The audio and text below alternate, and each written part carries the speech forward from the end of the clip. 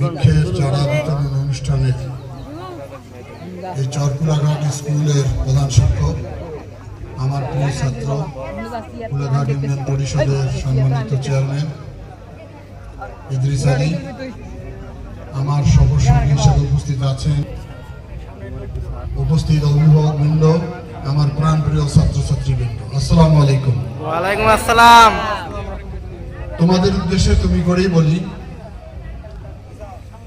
আমি হয়তো গাছগুলো হেডমাস্টার কাছে পাঠিয়ে দিয়ে বিতরণ করার কথা বলতে পারতাম, কিন্তু আমি এসেছি এটার উদ্দেশ্য বিষয়টা কি সে বিষয়ে আলোচনা করা, তোমাদের সঙ্গে ভাব বিনিময় করা, আগামী দিনে তোমরা কিভাবে,